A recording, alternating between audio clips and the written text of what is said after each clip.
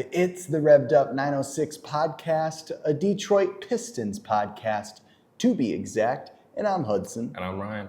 And before we get into episode number 47, a few things I want to remind you guys of. I want to make sure you guys like and subscribe. You guys know the deal. I don't need to keep reminding you, but please like and subscribe. Also, shout out Grind Clothing Co. because they are our official merch sponsor, and you can find bucket hats just like this one on the website. And then you can also find sweatshirts like this one. I mean, this graphic is just sick. So, and then you can also find hats just like Ryan's. So make sure to click the link in our YouTube bio or click the link in our description below, because that will shoot you right to Grind Clothing Co.'s website, where you can pick from a huge selection of merch items to represent your favorite Detroit Pistons podcast, Revved Up 906. One more thing. I want to give a big shout out to Campfire Coworks. They are where our studio is located here downtown Marquette, Michigan.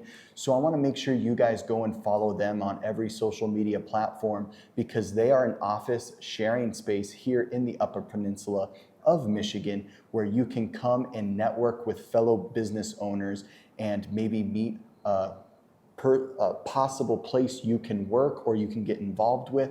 So make sure to follow Campfire Coworks on every social media platform. Without further ado, let's get into episode number 47. This week, we are going to talk about 3 Detroit Pistons players that could shock the world this season. So, Ryan, to start us off with player number 1 that we're going to talk about, get us started. It's kind of obvious. Cade. But a great return. Yeah, a great return. The reason why I want to focus on him is just given what he did for the U.S. select team going up against in a scrimmage against Team USA this year. Yeah. You had Steve Kerr raving about him. Steve Kerr asked the coach for the U.S. select team to have Cade act like Luka and play in a similar role. And Cade just exploded off of it. So the fact that Cade could pretty much look identical to Luka, who is by far one of the best players in the NBA. I personally view him as a positionless player, for one. Yeah. He's not a true point guard. I mean, he's obviously one of the best point guards in the NBA if you were to define him in a role, but he's still one of the best all-around players in the NBA. And the fact that Cade was able to, in literally not even 10 minutes, was able to pretty much look identical to Luka was pretty amazing to me. In 60% played in the scrimmage, had 11 points, 2 rebounds, 6 assists, and was 100% from the field. Like, you can't get better than that. And so, like, what he did in that game, and the fact that the select team gave Team USA a run for their money, it showed, like, not only did Steve Kerr rave about Cade, you had Jalen Brunson, you had Brandon Ingram, you had Jaren Jackson Jr., you had a list of these guys calling out Cade, going like, the dude, he's back and better than ever. Kerr on Cade said he looked great. The injury is clearly behind him, and it's great to see him healthy. He's a guy who can really control the game from the point guard spot with his size and physicality. And so when you have a great former player in Steve Kerr, that was a good role player, and then you have an NBA Hall of Fame head coach in Steve Kerr making that comment about Cade, I'd say there should be no worries for this upcoming season about another injury. Yeah, and we saw guys like Steve Kerr make a big impact on the selection the Warriors make in the draft. So you know he has an eye for young talent. We saw them pick up guys like Jordan Poole, and then also now Piston James Wiseman. They have an eye. A guy like Steve Kerr has an eye for talent. He's played around great players during his playing days, and now he's surrounded by future Hall of Famers with the Golden State Warriors. And then also, they've also made great pickups in free agency, like Andrew Wiggins. This guy knows talent, and for him to be putting a quote like that to the media is just a great sign to me, and a guy that I hold to a high standard like Steve Kerr. To say that about Cade, by all means, I love it. Yeah, just the fact of the stat line that Cade put up in like less than 10 minutes, that is insane, people. Not only on that select team, you had Jalen Duren and a couple others, but you had high-class players in the NBA, like the top up-and-coming players in the NBA playing on that team. And so when you have, honestly, it's not a bold take. Cade should have been on the team this year. I think so. It was his decision not to be. He just wanted to focus on making himself and his individual game better, because he knew going in he'd be fine playing on that team, but he just wanted to work on his individual game as a whole and just clean it up, make it look good, make it look pristine, and just get ready for the next up-and-coming season without having to worry about travel or potentially getting injured again and whatnot. So it was strictly his decision not to play on that team. But even if he did, like, there's no reason why he wouldn't be the best player on that team. And that's kind of a bold take, but he would have been the best player on that team. We saw, too, in the clips from the scrimmage with the USA Select team, him and Jalen Duren really playing well together. So that's another reason why Cade could shock the world coming back from an injury, is the Pistons have, and the organization as a whole, Troy Weaver, previously Dwayne Casey, have picked up guys in the draft that should integrate themselves with Cade very easily. That's what we talked about last week. We talked about the trio of Asar, Jalen, and Jaden mixing really well with Cade. So these are guys that complement Cade, and Cade has been watching them from the sidelines during his injury to come back to a team that he knows was made and developed for him. A guy like Jalen Duren is going to play so well alongside Cade because of the pick and roll game and the way Jalen cuts in the paint and the way he create space for a guy like Cade. So that's just another reason why Cade's going to shock the world, is because there's so many guys on this team that complement him. Yeah, and there's no reason why he shouldn't have success this year. Going back to what you just said, is Weaver and even Casey, he was a big fundamental piece in this. Yeah. And now Monty, they've all played a role in help developing these guys.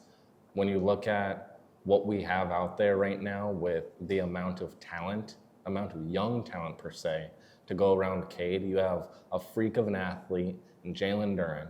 You have a freak of an athlete in Jaden Ivey. You have a freak of an athlete in Asar Thompson. But the list goes on. I could go for the freak of an athlete line on almost every single guy on this roster this year. Yeah. There's just so many. And so when you have all those components thrown in with I'm going to call it now, a future Hall of Fame point guard, I'll pause real quick. That was a very hot take. But when you look at his overall game and what he can do, and you have Steve Kerr and multiple others raving about him right now, this early on in his career, right? Who's to say he couldn't be a first ballot Hall of Fame point guard? So the point is here, like, these guys have all come together and they all complement each other. There's let's say Isaiah Stewart doesn't pick up the team offensively, Cade fills that role. Yeah. Jalen Duren can't hit a jump shot, even though he can. Cade fills that role. Yep. Jaden Ivey can hit the lanes. Cade can't really do that, but he can make the passes to hit Ivey in those strides. So the point is, like, all these guys, they have one flaw to their game that Cade just can easily take over. And so that's why going into this season, you better watch out for him. I know all the Piston skeptics are saying right now, but Hudson, Ryan, Cade has to prove himself before all this talk. There's a point I want to make, and it's Saddiq Bey in his rookie year had a solid rookie year. His stats were fine. We could see glimmer of a possible all-star small forward. Cade gets drafted the next season, and Cade makes Saddiq Bey look amazing. Cade gets hurt.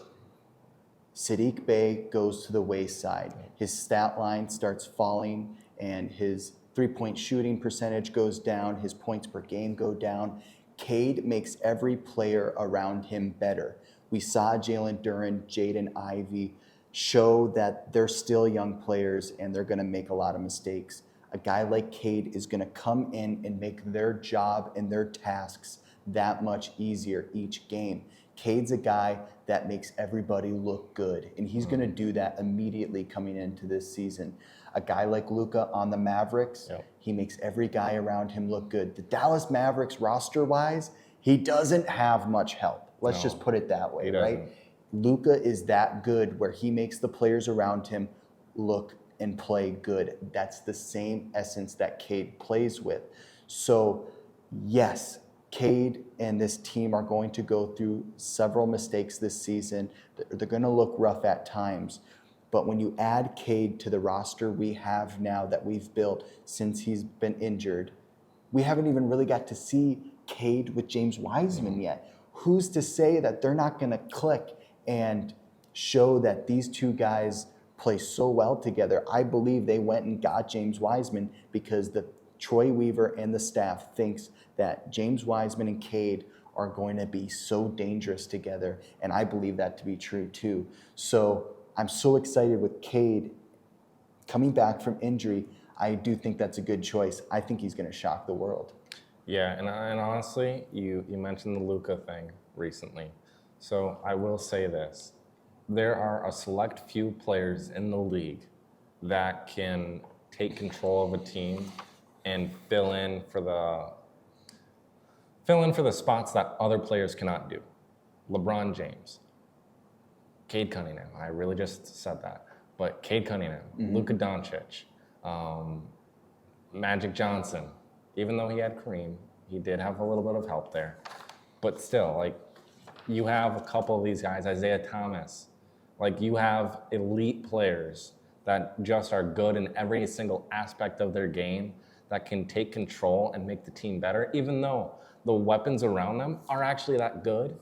These players just make the team overall just through the roof. And that's what Cade is. And I think that's what he's going to do this upcoming season.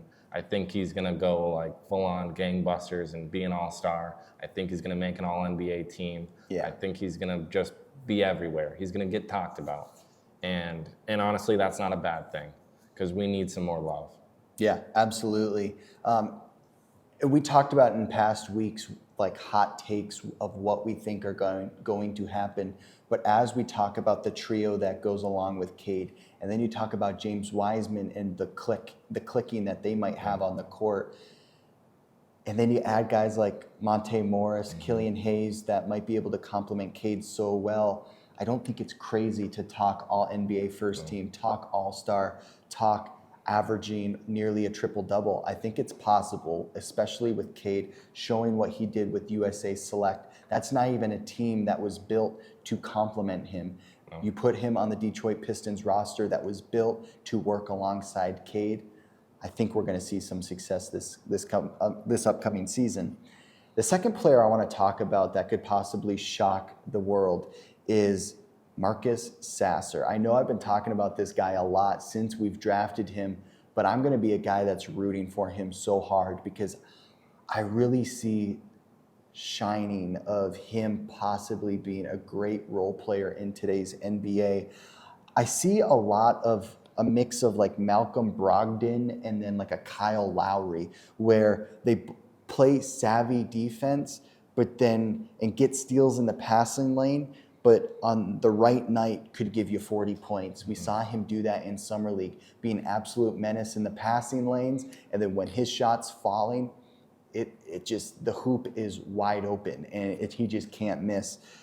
The Summer League stats, we saw him play 5 games, 27 minutes, 15.5 points, 3 assists, 1 steal, and 44% from the field in those 5 games.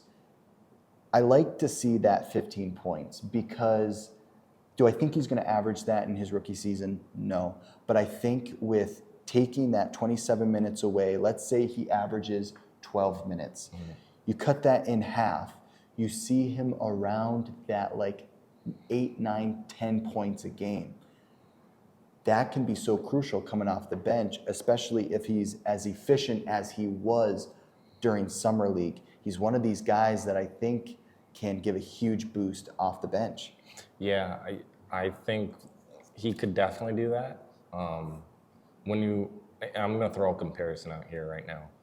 When you look at Monty Williams and who he coached a rookie Cameron Payne in Oklahoma City as an assistant there. Then Cameron Payne ended up back in Phoenix with Monty, and he coached him there. I see Marcus Sasser being kind of like a Cameron Payne. Cameron Payne is one of those guys that you're not going to expect him to go out there every night and be in the starting rotation or give you 20 points, 15 assists, and 7 rebounds, whatnot. I don't care. Yeah. You could throw out whatever stat line you want. You're not expecting Cameron Payne to do that. Yeah. And that's what I think Marcus can do. Everywhere Monty has gone, he's had a savvy point guard that can just light up the box score That's a good point. at any given moment, or play amazing defense and lock the stud player down on the opposing team.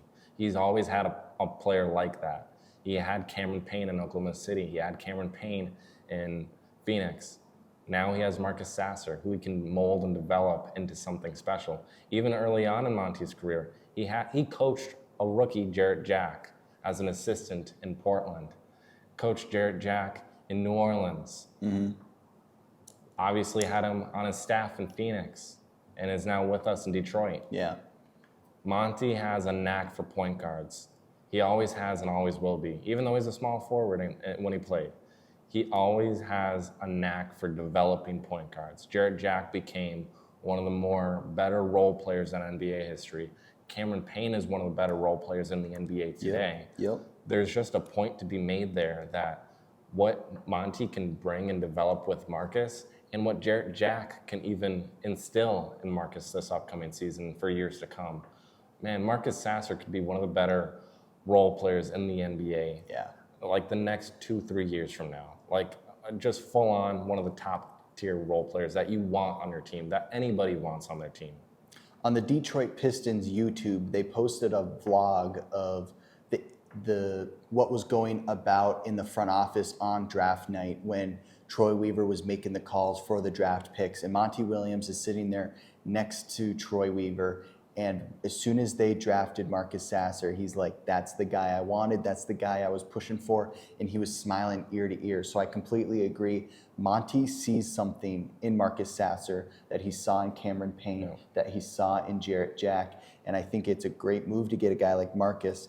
A reason why I think he's going to be successful with the Pistons is he has a plethora of big men to play with, whether he's on the bench or filling in at point guard when there's injuries. We saw him in Summer League succeed at getting the pick and roll game at the top of the key, whether he was taking the ball off that screen to the paint and trying to make a tough layup or an and one, or whether it was taking that screen out wide around the 3-point line and passing the ball into a big man. He is very good and keen at feeling out the defenders on those pick and roll situations. And with the length we have at the center position with Marvin Bagley and Isaiah Stewart, or whether James Wiseman's coming off the bench, whoever's coming off the bench, he's going to be able to set them up in the paint or be able to knock down that 3-point shot. I love Killian Hayes, but we've seen early in his career struggle from the 3-point line at times.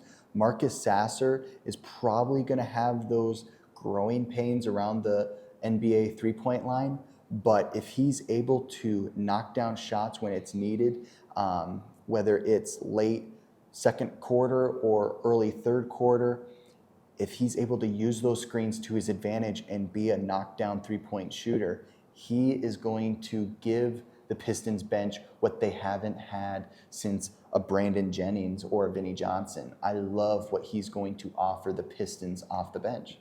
Yeah, and even to the point of you saw the Pistons bring in Xavier Simpson in the Summer League there. Mm-hmm. We added him to the roster going forward.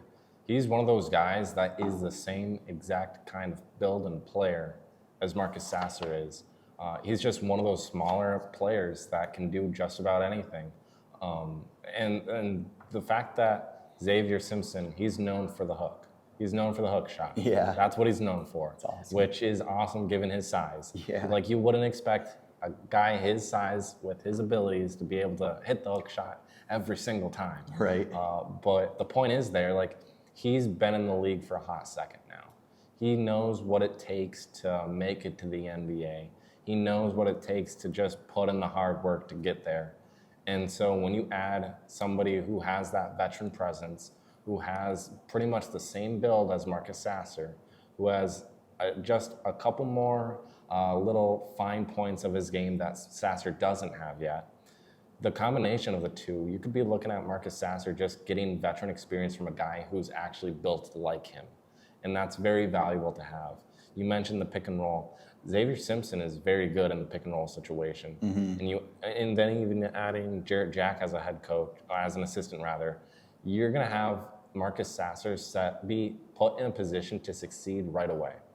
You saw in Summer League, he was hitting the pick and roll every single chance he could get. Yep. And it was either he's driving off of it and just exploding to the rim like usual, or it's he'll cut it back and just pull up from three. And that's what I want to see out of him. He's one of those guys that can beat you to the rim, but he's also one of those guys that can beat you off the screen and hit that shot in your face. That's what Marcus Sasser can do. And the fact that you have James Wiseman, you have Jalen Duren, you have Isaiah Stewart, you have Marcus Bagley, even though Marcus Bagley isn't as good in the pick and roll situations as the others are, he's still, like, these big men that we have right now are perfect for Marcus Sasser and what he's going to want to do with his game going forward. And I'm just excited to see that happen. Another reason for me that Marcus kind of passes the eye test when watching him is he doesn't demand the ball to make an impact, which is kind of a hot commodity in today's NBA, because we see a lot of point guards that demand the ball to get a bucket because they need to create space off the dribble or off those ankle breakers. But Marcus doesn't necessarily need that to get buckets. And for me, guys like Malcolm Brogdon and Kyle Lowry, they're two players that can be so detrimental in late stages of the game, especially in the second half. They're the kind of guys that in the third quarter can go on have a 15-point third quarter or a 12-point fourth quarter that really seals the deal for games. And Marcus Sasser, to me, just seems like that kind of a player that can just give you that offensive boost to create space in the score so that you can kind of go into the fourth quarter or go into the final minutes of a fourth quarter kind of with a breath of fresh air, just knowing that your defense needs to stay tough in order to close games. Marcus Sasser, to me, is just a closer. Yeah, and to that point, I'm not saying by any means that we're making the postseason this year. I am not saying that. Just throwing that out there. I'm not saying that. But if we end up in a situation where we actually make the postseason this year, Marcus has been sitting there developing all season long, doing exactly what we're talking about right now. Who's to say he doesn't come in and be a Cameron Payne for the Pistons like he did with the Suns and just put his name out there and just go all gang-ho? Like, seriously, like, Marcus Sasser could be, like, at the next point of his game come postseason if we were to make it there. And I would be blown away if Marcus, just every single chance we get from the start point of the season to the midpoint to the end, if he improved every single chance he got, like, I think he could do that this year. I really think he could. He's one of those guys that just learns from experience. And that's what he did with Houston when he was in college. He stayed there 4 years. He didn't need to be there all 4 years, but he did because he realized something. He realized if I'm truly going to make it to the NBA and have a shot, I need to develop my game. And there's select few players that actually stay behind and are committed to a university all 4 years or even 3 years.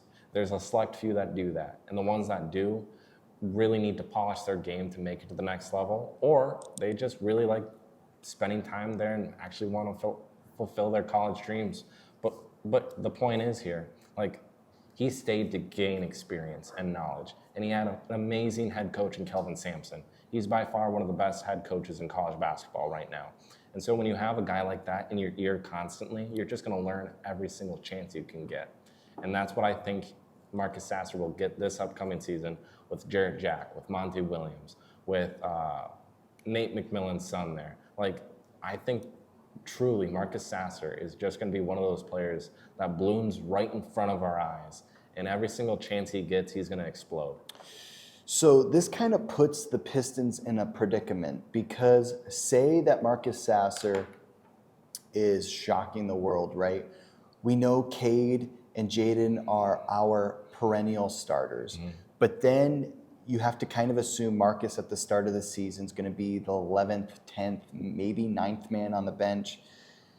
Do you see him taking minutes away if he's succeeding from Monte, from Alec, Killian? How do you kind of see that working out as far as the bench? Because we're kind of guard heavy right now. It's hard to know who gets the minutes. Yeah, so like if you think about it from, let's say, a football perspective, right? You have a clear-cut running back one who is on the older stage of his career, but still one of those better running backs in the league. Then you have a good, solid running back. That's your running back two that could be running back one, but isn't there yet. And then you have a rookie running back who you draft later in the draft that you don't know what to expect from him. And that's Marcus Sasser. And all of a sudden he explodes. He goes out, then he's playing better than running back two and running back one. That pushes running back one out the door real quick. And so I could see it in a situation if Marcus Sasser just goes out there and is improving every single chance and just looking much better than everyone else, there could be a possibility where he is getting more time than Monte Morris and even Alec Burks. Yeah. But I truly think that this is the point that it's going to hurt Marcus in a little bit, is that when you have a guy like Monte Morris, who is a premier role player in the NBA, like, it's hard to beat one of those guys. It's hard to beat an Ish Smith, because those guys just get the job done every single night out there, because that's their job, that's their livelihood, that's what they know how to do, that's their bread and butter. Marcus is going to struggle in that category of just having the experience level. He just doesn't have that experience that an Alec Burks, that a Monte Morris, and not even that a Killian Hayes has sitting on the bench there. He doesn't have that experience yet. He has the experience in playing all 4 years of college. Like, that's impressive, but he still doesn't have NBA knowledge experience. Right. And so that's going to be the little bit of a flack on his game for this upcoming season, is that he just doesn't have that experience. And so you'll see plays from him in which you're going like, dude, what are you doing right now? Like, that was not a smart play at all. Yeah. And you'll see Monte Morris go out there and easily do that, and you go like, oh yeah, that's a veteran point guard. You can expect that. Yeah. So Marcus is gonna have a couple head-scratching moments from time to time, just because he doesn't have that experience. But if he really is as good as we're thinking he is, who's to say he couldn't be the 6th, 7th man coming off the bench this upcoming season and actually truly beat those guys out? Go comment below and let us know what you are expecting from Marcus Sasser. We would love to know what you have to say. If you agree that he's probably going to shock the world, or if he is in and out of the G League, just let us know in the comments below. The third guy we're going to cover today is Ryan's going to take it away. Jalen Duren, and which was another obvious one. Yeah. And that's just going back to what we saw with the U.S. select team. I'm going to hit this point hard just because when you saw the combination of Cade and Jalen in that scrimmage alone, and they were just beating up on Team USA, on Jaren Jackson Jr., Brandon Ingram, Austin Reeves, who is severely overrated. I just have to say it. He's good, but he's severely overrated. Yeah. And just countless other guys. When you have Cade and Jalen just going out there and just destroying them, right? That's like eye-opening to me, because I'm sitting there going like, when can the season start? I just want to watch this in live action. Me too. Please. Like, Jalen Duren in that scrimmage had 13 points, 6 rebounds, a block, missed only 2 shots, and played 60% of the scrimmage. Like, that's a solid stat line for guys like him. Yeah. Like, and you have Brandon Ingram making a comment on Cade and Duren. What I saw, the kid Jalen Duren and Cade Cunningham, they had really good chemistry today. Duren was really good on the board. So, like, when you have Brandon Ingram, who borderline all-star. I think he could have made an all-star appearance by now because he really is truly that good. But he's just dealt with too many injuries. And then when you play on a small market team that's not very good, like the New Orleans Pelicans, I know that's a hot take because they're decent right now. But when you have a situation like that, or you have the Lakers where the Lakers weren't good when you had him, but he was that top tier guy, it's hard to make an all-star appearance off that. Yeah. But he is that good. So when you have a caliber player in Brandon Ingram calling these guys out saying, okay, literally this dude destroyed us in the paint. He destroyed Jaren Jackson Jr., who was Defensive Player of the Year this year. He destroyed all these guys on the glass. The kid is literally still only, 18, 19 years old? Yeah. Like, when you have top-tier talent saying that about somebody as young as Duren is right now, that's just, it extends a point to be made that he's going to be legit. Like, seriously, you had Paul George on his podcast there. Yeah. Shout out to him because his podcast, I love it. It's one of my favorite podcasts to listen to, other than this one, of course. But when you had Paul George sitting there raving, saying like he could not move Jalen Duren, and this was last season. Yeah. Jalen Duren looks even bigger now than he did last year. And so when you just add the experience level and just hitting the gym and hitting the weights and then seeing outcomes like this happen, my goodness, you got to just sit back and want to watch this happen. The obvious answer is Cade, but is there any other player that's going to be a huge contribution to Jalen Duren's success? Is it Jaden Ivey and their dynamics in the pick and roll? Is it Bojan Bogdanovic and actually passing it to him in the paint? Is it James Wiseman and their dynamic in the paint that's going to really open up the space in the paint for Jalen Duren to go to work? Who's going to contribute to Jalen's success? Asar Thompson. Oh, okay. I think he is. When you, just in the sense of you see what Asar does, he's one of those high basketball IQ players that doesn't look for himself. He looks for others. And then you add the fact that he is a freak of an athlete, like I noted before. When you put two freak of an athletes together, they're gonna do something special. Yeah. Just in the sense of Asar beating somebody off the dribble, lobbing it up to Jalen Duren for a flush. Like, who's to say that couldn't happen? I see that happening. We saw that even in Summer League. There were plays at times where you had Asar looking to lob it up to Jalen Duren. Yeah. And so, like, just it's lightning in a bottle between those two guys. And so when you add those, just the fact of what Asar can do, what we've seen him do from not only an offense standpoint, but a defense standpoint. So defensively, you add a guy like Asar to Jalen Duren. You have to beat Asar to get to Jalen Duren for one. So if you are truly special, because there are select few players that are truly special, let's say Luka beats Asar Thompson off the dribble. I doubt that happens, but let's say it does. You have Jalen Duren right there in the paint, right in your face. There's no way you're getting around that. Nope. So I think Asar Thompson, not only from an offense standpoint, is just going to help set up Jalen Duren from a defensive standpoint too. Yeah. And so just the combination of them going forward, I think that's a combo you need to watch out for. Yeah, I can't wait to see how the Pistons defense ages this year, because you have a full season under Jalen Duren's belt. And then, yes, Asar's coming into the NBA, but he had that pro-level experience with the Overtime Elite League. I'm hoping, and it seemed like in Summer League that the game was kind of slow to Asar. Typically when guys come into the NBA and they're young, it's dealing with the speed of the game. It seemed like Asar was pretty used to the high pace of the NBA in Summer League. I'm really hoping that with their two defensive skills that the game will slow down to them. They won't rack up quick fouls, that they will be that much more dynamic on the defensive end, because we all know as Pistons fans that the Pistons have struggled with defense. Time will tell. I'm hoping that our defense will look that much better this season. Another thing about Jalen Duren is we talked about his passing ability last week. If you didn't watch that episode, go watch it. But Jalen and Asar are both pretty much pass first on the offensive end. Yep. So say that they're going back and forth from the wing to the post. Jalen Duren has that quick first step in the paint. That's going to be so crucial for him to succeed and shock the world this season. Is don't play with your food. Don't play with your defender, Jalen. Just take it right up. Get that ball in the paint. Go right up with it right away.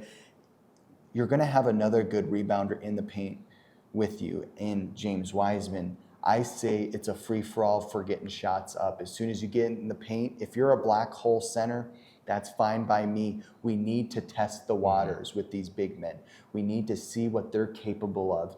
And in order to do that, you need to be able to get shots up. And that's what I'm hoping to see from our two young big men in Jalen Duren and James Wiseman. Before we wrap up episode number 47, any last thoughts? I will say, imagine just Asar lobs it out to Jalen Duren in the paint. Everybody sucks in. Asar can hit that shot. Yep. Or Asar can cut off that and hit the layup right away. Yeah. I think that having Asar with Jalen Duren is just going to be a lethal combination offensively and defensively. And then even Jalen Duren with everybody else this year, it's going to be a force to reckon with. Because I think Duren, Cade, Marcus Sasser, and a bunch of other guys are going to explode and take this next step together, and it's going to be something special to watch. Yeah, we all can be so excited for this upcoming season. Make sure to like and subscribe. That will do it for episode number 47. We will see you guys in the next episode. Peace.